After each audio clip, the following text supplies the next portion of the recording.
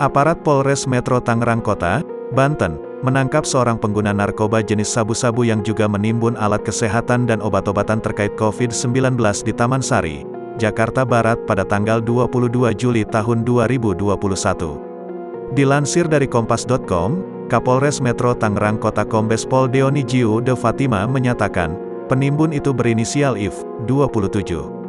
Dia menimbun setidaknya 12 tabung oksigen palsu, tabung karbon dioksida berwarna merah dicat putih sehingga menyerupai tabung oksigen, 8 regulator tabung oksigen, 9 kotak masker KF94, dan sejumlah alat kesehatan lainnya.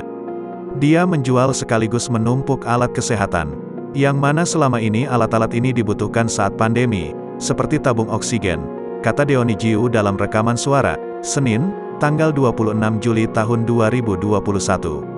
Alat-alat kesehatan dan obat itu dijual IF secara online tetapi dengan harga yang jauh lebih tinggi dari harga pasar. IF kini dijerat dengan pasal 114 ayat 1 RI nomor 35 tahun 2009 tentang narkotika, pasal 196 UU RI nomor 36 tahun 2009 tentang kesehatan, dan pasal 62 UU Perlindungan Konsumen nomor 8 tahun 1999. Ancaman hukumannya minimal 6 tahun dan maksimal 20 tahun penjara atau seumur hidup atau hukuman mati, kata dia.